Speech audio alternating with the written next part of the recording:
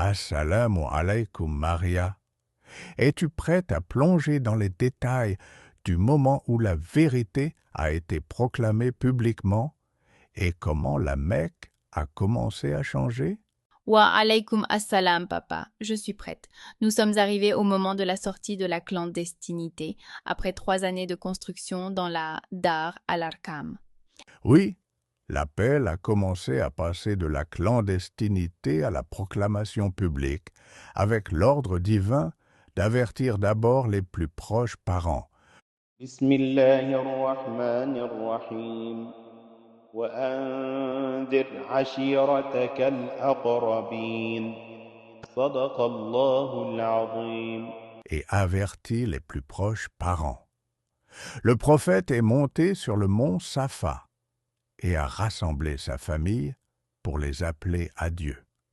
Ensuite, l'ordre décisif de proclamer ouvertement est descendu.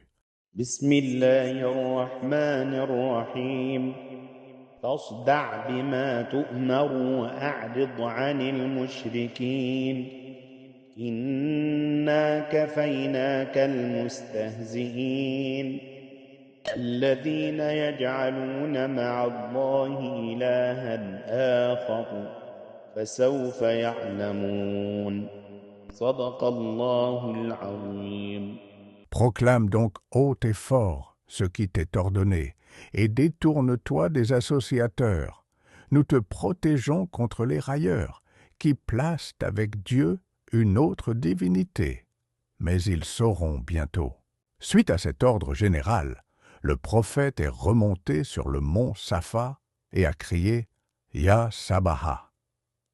Quraysh s'est rassemblé, et il a dit « Si je vous disais qu'une armée de cavalerie est dans la vallée pour vous attaquer, me croiriez-vous » Ils ont répondu « Nous ne t'avons jamais connu menteur ». Il a alors dit « Je suis un avertisseur pour vous devant un châtiment sévère ». Abu Lahab a alors répliqué avec grossièreté « Malheur à toi, ô Muhammad! Est-ce pour cela que tu nous as rassemblés ?» Le prophète a donné un exemple admirable d'égalité devant eux en appelant ses proches.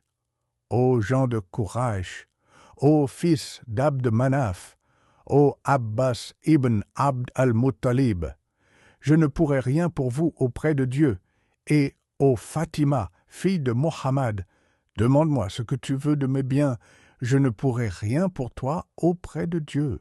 Une position qui fait trembler les cœurs. Quelle a été la réaction de Quraysh face à cet appel public? Les délégations arabes venues pour le commerce ont commencé à écouter le prophète et à se convertir. Craignant pour son statut, Quraysh est allé voir Abu Talib. « Fais cesser ton neveu ». Abu Talib a appelé le prophète et lui a raconté ce qui s'était passé. Le prophète a répondu « Mon oncle, par Dieu, s'il mettait le soleil dans ma main droite et la lune dans ma main gauche pour que j'abandonne cette affaire jusqu'à ce que Dieu la fasse triompher ou que je périsse, je ne l'abandonnerai pas. » Son oncle a pleuré et a dit « Va, mon neveu, dis ce que tu veux, car par Dieu, je ne te livrerai jamais à personne. » Comment Quraysh a-t-elle affronté ceux qui, parmi les opprimés et les serviteurs, se sont convertis à l'islam après l'échec de leur pression sur Abu Talib? Les chefs de Quraysh ont déversé leur colère sur les opprimés et les serviteurs convertis à l'islam, entamant une campagne de torture brutale. Parmi eux, la famille de Yassir. Le prophète passait devant eux et disait « Patience, famille de Yassir. Votre rendez-vous est le paradis. » Soumaïa, que Dieu l'agrée, a donné l'exemple le plus admirable de patience. Malgré la torture, sa détermination n'a fait que croître, si bien qu'Abou Jahl, par crainte de l'influence de sa foi sur la société païenne, l'a frappée de sa lance, et elle est tombée martyre, devenant ainsi la première martyre de l'islam.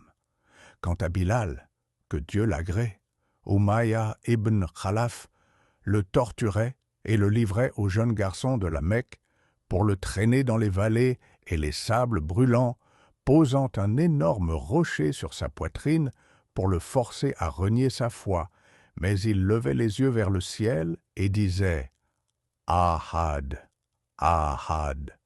Leur résilience face à cette torture est la plus grande leçon de fermeté dans la vérité.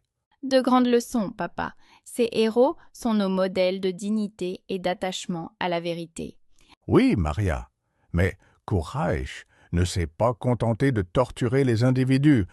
Elle a décidé de passer à une phase plus dangereuse et plus agressive envers le prophète et son appel, la phase du siège et du boycott total, dont nous parlerons dans notre prochain épisode.